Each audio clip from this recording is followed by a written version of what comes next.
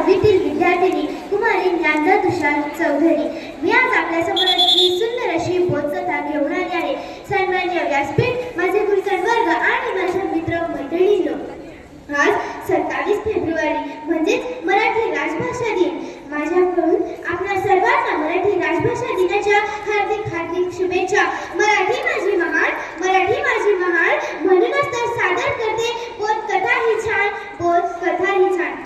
मित्रांनो, माझ्या बोधकथेचे नाव आहे प्रतिबिंबाचा मोह. फार वर्षापूर्वीची ही गोष्ट आहे. राजवाड्याच्या छतावर एक राणी आपले केस विंचरत असते. ती तिच्या गळ्यातील हार काढून बाजूला ठेवते.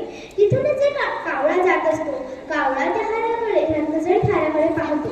कावळ्याला तो रत्नजड हार एखादी खाद्यपदार्थ वाटते व कावळा त्या रत्नजड हाराला पकडून चोचीत पकडून झाडावर जातो. कावळा त्या रत्नजड हाराला खाण्याचा प्रयत्न करतो, पण त्याला काही मात्र तो हार खाताच येत नाही. म्हणून तो त्या हाराला तिथेच ठेवतो व दुसरे खाद्यपदार्थ शोधण्यासाठी निघून जातो.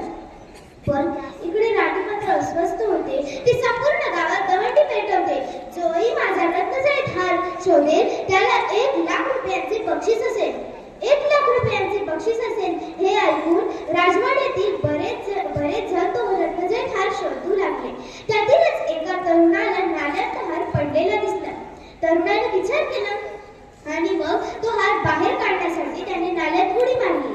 पण जशी त्याने नाल्यात उडी मारली तो हार गायब झाला. परत दुसऱ्या तरुणानेही नाल्यात उडी मारली. पण जशी त्याने उडी मारली तो हार गायब झाला. असे राजवाड्यातील प्रत्येकाने केले. जसेही ते उडी मारत तसा तो हार गायब होत. अगदी प्रधानमंत्र्यांनी सुद्धा हे केले. प्रधानमंत्र्यांनी जशी उडी मारली तो हार गायब झाला. हे सर्व राजाने पाहिले व राजाने विचार केला, आता हा हार बाहेर काढण्यासाठी नाल्यात मीच उडी मारणार. म्हणून राजा तयार झाला आणि राजा त्या नाल्यात उडी मारणारच. तेवढ्यात रस्त्याच्या बाजूने एक संत जात होता. संतांनी हे सर्व पाहिलं व ते संत खळखळून हसू लागले. पण राजाला राग आला.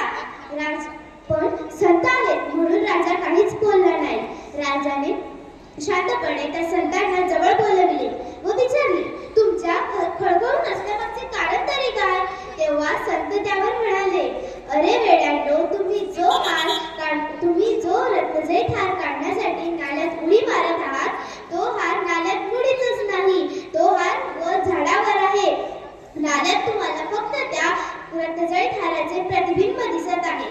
माझी बोधकथा इथेच संपली. पण मित्रांनो, माझी बोधकथा